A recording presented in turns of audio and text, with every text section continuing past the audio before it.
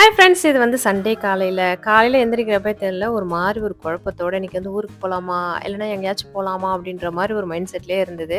சரி அப்படின்ட்டு ஒரு முடிவு பண்ணியாச்சு. இந்த ஒரு நாள் கூத்துன்ற மாரி ஒரு நாள் ட்ரிப் மாரி சரி தங்கச்சி வீட்டுக்கு தான் போலாம் அப்படின்றதுக்காக காலையிலே வந்து கிளம்பி போயிடலாம் அப்படின்னு ஒரு மைண்ட் செட்லயே வந்து பார்த்தீங்கன்னா, எல்லா வேலையும் செஞ்சுட்டு இருந்தேன். மொட்டை மாடிக்கு வந்து டெய்லி மழை பெய்யுது. அதனால தண்ணி ஊத்துறதே கிடையாது. மேல வந்து போறதே கிடையாது. 2 நாளுக்கு மேல ஆச்சு. எப்பவுமே காலையில வந்து பார்த்துருவேன்.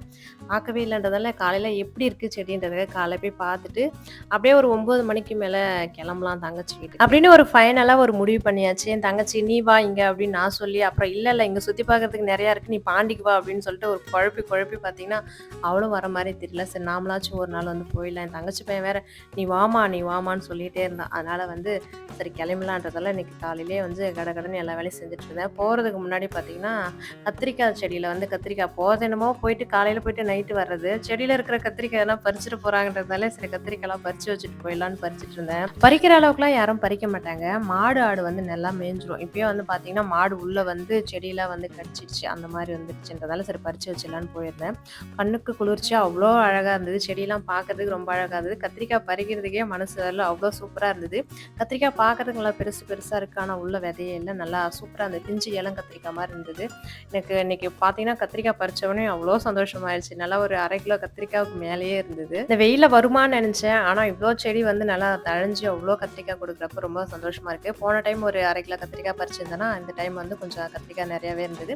பாதி கத்திரிக்காய் வீட்ல வச்சுட்டு, பாதி வந்து தங்கச்சி வீட்டுக்கு எடுத்துட்டு போலான்னு எடுத்துட்டு போயிட்டு, மதியானம் அங்க கொஞ்சம் சாப்பிட்டுலாம் முடிச்சுட்டு, ஒரு 4:30 மணிக்கு மேல தான் சரி பீச்சுக்கு போலான்னு சொல்லிட்டு தங்கச்சி வந்து கூட்டு போயிருந்தா.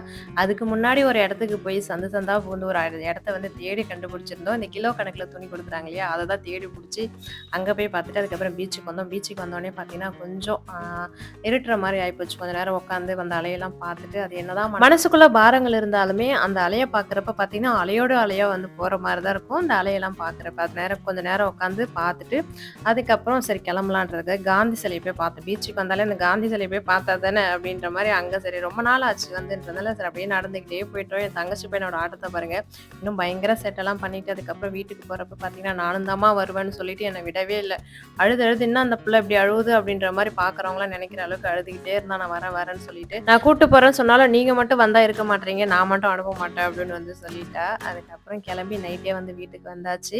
இதான் எங்களோட கோடைக்கால விடுமுறையோட பயணம். அடுத்ததா நம்ம ஃபேமிலில அருண், கார்த்திகா இவங்களுக்கு திருமண நாள் இன்னைக்கு. இனிய திருமண நாள் வாழ்த்துக்கள்ப்பா. எப்போ ரொம்ப சந்தோஷமா, ஹேப்பியா இருக்கணும். அடுத்ததா இன்னைக்கு உமா சிஸ்டரோட சன் சரணுக்கு வந்து பிறந்தநாள். இனிய பிறந்தநாள் வாழ்த்துக்கள்ப்பா. எப்போ ரொம்ப சந்தோஷமா, ஹேப்பியா இருக்கணும்.